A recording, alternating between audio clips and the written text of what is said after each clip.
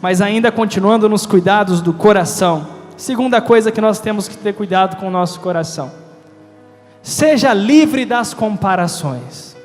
Levanta sua mão assim, ó, bem alto assim, ó, as duas mãos lá em cima, faz assim, ó, agora rasga assim, diga: eu sou livre, eu sou livre de comparações.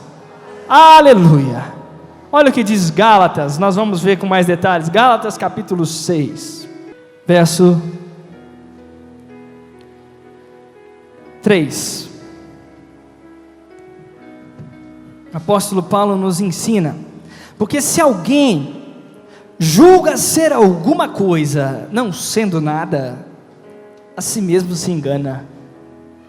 Olha o que diz o 4: mas prove cada um o seu labor, e então terá motivo de gloriar-se unicamente em si e não em outro, porque cada um levará o seu próprio fardo.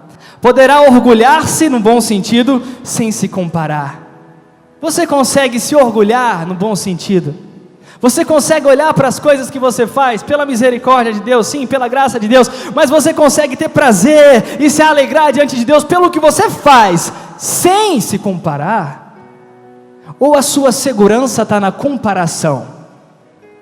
Ou a segurança do seu ministério está em: eu fui melhor do que alguém, então eu fui bom.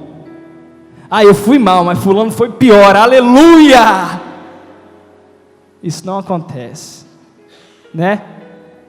O apóstolo Paulo fala: olha, examine a si mesmo, examine a si mesmo, cuida do seu coração, e se você tem alguma coisa para se alegrar porque fez, se alegre diante de Deus, e não fica se comparando. Oh queridos, um coração saudável é um coração que não se compara, não porque somos melhores, mas porque o meu foco está em dar o meu melhor para Deus, e não em ser melhor do que alguém. Um adorador que serve no ministério de louvor deve ter isso no seu coração. A minha maior preocupação é cada dia que se passa oferecer o meu melhor a Deus, e não ser melhor do que A, ser melhor do que B. Nós não estamos numa disputa, nós somos um corpo, nós somos um povo, nós somos uma equipe. Quando alguém faz algo que glorifica o Senhor, eu me alegro junto com ele, e quando eu faço algo que glorifica o Senhor, que os outros se alegrem também, porque tudo é dele, por ele e para ele. Louvado seja o Senhor, louvado seja o Senhor. Abel tinha no seu coração o desejo de dar o seu melhor ao Senhor. Caim tinha no seu coração o desejo de ser melhor do que Abel. Resumindo, a história dos dois é isso. Porque enquanto Abel deu algo que ele tinha de melhor, Deus se agradou. E quando Caim deu algo e ouviu aquele: olha Caim, sua oferta não me agradou não, ele ficou transtornado. Ele não pensou: nossa, não agradou, como eu posso ser melhor? Como eu posso agradar a Deus? Como eu posso melhorar? Caim não pensou nisso. Caim pensou só em: como eu posso matar Abel? Como eu posso piorar o outro para melhorar eu? Fala comigo: misericórdia. Que nós, dia após dia, possamos entregar a Deus o nosso melhor. E se um dia você deu o seu melhor, e aparentemente outros não acharam que era o seu melhor, fica tranquilo, querido, você tem que agradar o coração de Deus. E se Deus se agradar de nós, como disseram Josué e Caleb, se Deus se agradar de nós, não existe Canaã que não seja conquistada, não existe nada nesse mundo que não pode mudar pelo favor de Deus. Eu estou preocupado em agradar a Deus. Eu estou preocupado em servir e dar o meu melhor a Deus. O meu coração não está com o peso da comparação. Terceiro cuidado com o coração que nós temos que ter: Terceira dica que faz bem ao coração, e nós vemos isso na vida de Davi: trabalhe em equipe. Um coração que trabalha em equipe. Todo seminário de louvor que tem na igreja, o Shabá é o segundo seminário Shabá, mas nós já temos seminários há algum tempo.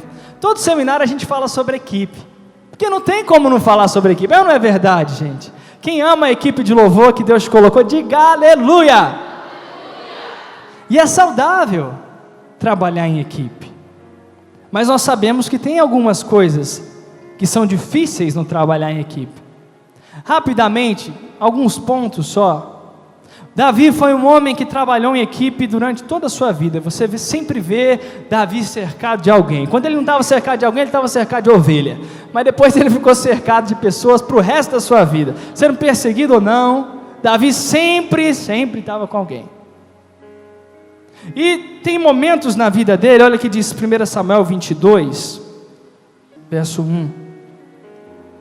Davi retirou-se dali e se refugiou na caverna de Adulão. Quando ouviram isso, seus irmãos e toda a casa de seu pai desceram ali para ter com ele. Ajuntaram-se a ele todos os homens que achavam em aperto, todo homem endividado, todos amargurados de espírito, e ele se fez chefe deles. A palavra diz que Davi era o chefe dos inválidos. Tem uma versão que usa essa palavra, chefe dos inválidos. Bispo, a minha equipe só tem inválidos, só vem gente apertada, amargurada e endividada, ainda fica pedindo para eu ajudar nas dívidas. Irmãos, se nós estamos aqui é porque um dia nós fomos o amargurado em alguma equipe, um dia nós fomos o endividado em alguma equipe, um dia nós fomos o do contra de alguma equipe, e pela graça de Deus aquela equipe teve paciência conosco, e nós vamos mudando dia após dia. Então, se hoje parece que na sua equipe parece que você é o melhor, parece que você é o único que não está no contexto dos outros, parece que você sabe mais, ao invés de tirá-los, fortaleça-os, dê o exemplo, alimente-os com a palavra, com a comunhão, com a intercessão, porque esses mesmos homens, essa mesma equipe, passou a ser os valentes de Davi. Você pode dar uma salva de palmas para o Senhor por isso?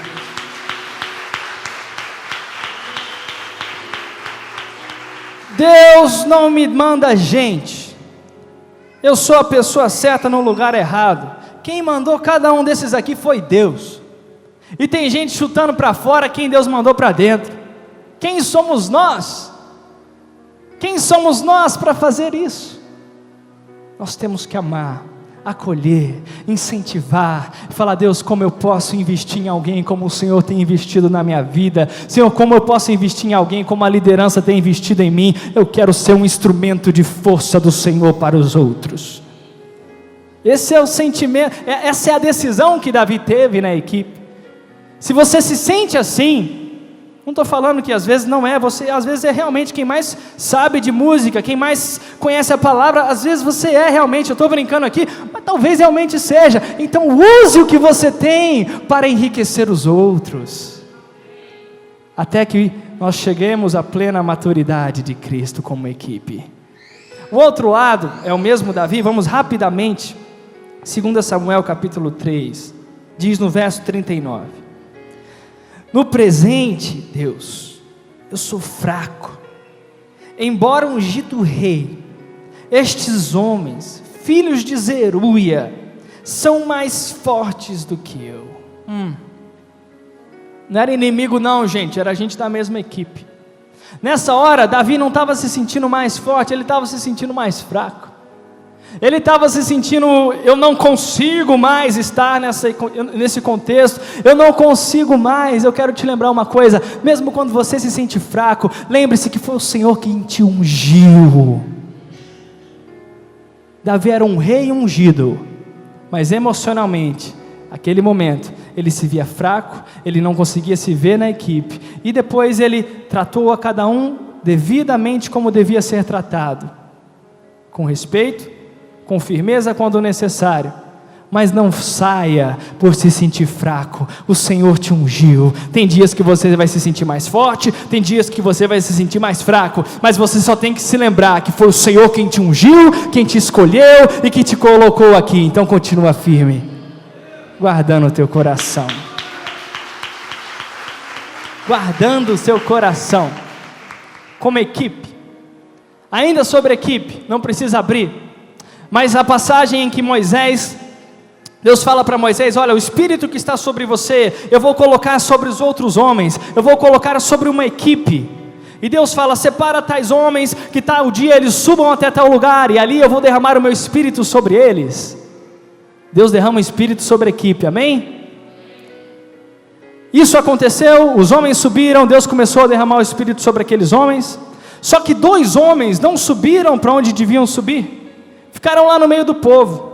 Josué era o servo de Moisés, e estava do lado de Moisés na hora, ficou sabendo que 2 homens que tinham que subir, não subiram, mas, mesmo assim, Deus derramou o Espírito sobre aqueles 2 homens, lá no meio do povo.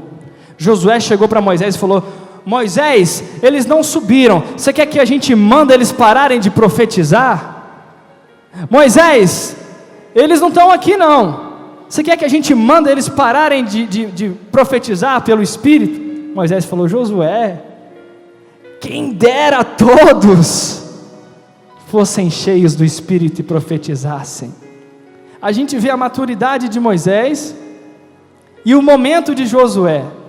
Algumas vezes na equipe a gente não concorda com algumas coisas. Por que aqueles 2 irmãos estão lá no meio do arraial? Deveriam estar aqui, mas Deus derramou o Espírito, Deus está usando eles. E aí vem a imaturidade de tentar parar o que Deus começou. Fala comigo: ninguém para o que Deus começa. E aí fica aquela rixazinha assim, não, o negócio ali está fluindo demais, deixa eu dar um...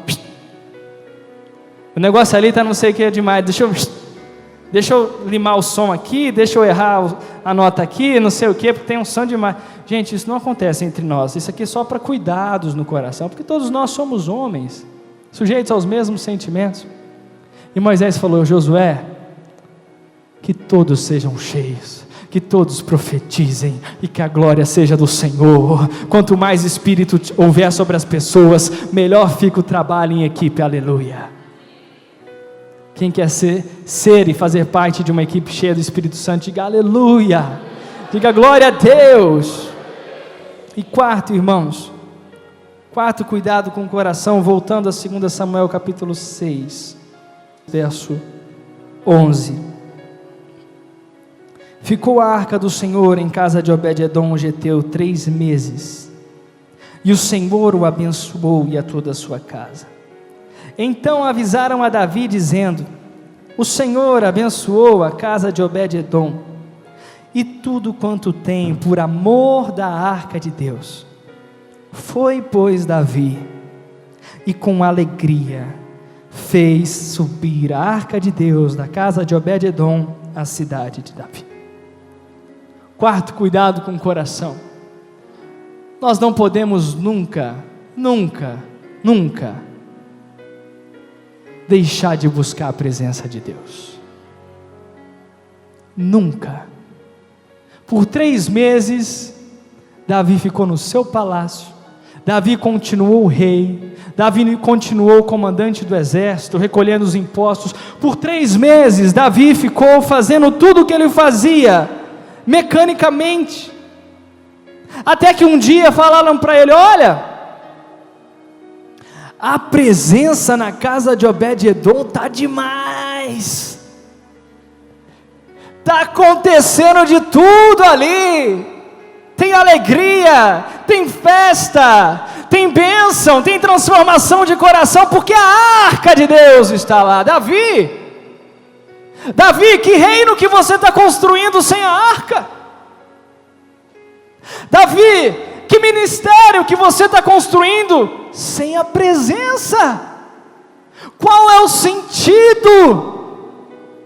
Davi acorda: meu Deus, a última imagem que eu tinha da arca era de uma arca assassina, de uma arca ruim, mas é verdade, Senhor, é a arca da aliança. não é a arca da morte, não é a arca da correção ruim, não é a arca da amargura, é a presença onde há abundância de alegria, é a presença onde eu dou os meus brados de vitória. Senhor, o que eu estou fazendo sem a tua presença? E Davi, como nós falamos um pouco atrás, ele perde o medo da correção, ele muda a sua atitude, e ele começa a buscar a presença novamente, e a carregar a arca novamente, com uma nova atitude. A prova do arrependimento é a mudança da atitude. A prova do arrependimento não é o choro, não é o sentimento de autopiedade, não é a tristeza, não é a dó dos outros. A prova do arrependimento é a mudança de atitude. E Davi mudou a sua atitude. Ele falou: eu vou fazer como devia ser feito. De que me adianta ter uma coroa e não ter a presença de Deus? De que adianta para mim ter uma voz bonita, ter a capacidade de criar melodias, ter a capacidade de criar coreografias, ter a capacidade de dançar bem, ter a capacidade de escrever bem? Do que adianta isso tudo se isso for vazio, se não tiver a arca, se não tiver a presença, Senhor? Eu quero a tua presença, Senhor. Eu quero a tua presença, Senhor. Eu quero a tua presença todo dia. É o meu pão diário, o pão nosso de cada dia. Me dá hoje o pão, me dá hoje o pão, porque o pão de ontem não me alimenta hoje. Eu quero o pão da tua presença hoje. O coração que ama a presença, que busca, que busca, que busca. E Davi vai buscar a arca. Nós estamos quase encerrando. Verso 13. Sucedeu que quando os que levavam a arca do Senhor tinham dado 6 passos, sacrificava ele bois e carneiros cevados, Davi dançava com todas as suas forças diante do Senhor, estava cingido de uma estola sacerdotal. Esses 2 versos nos mostram o processo de busca. Existe o sacrifício e existe a dança.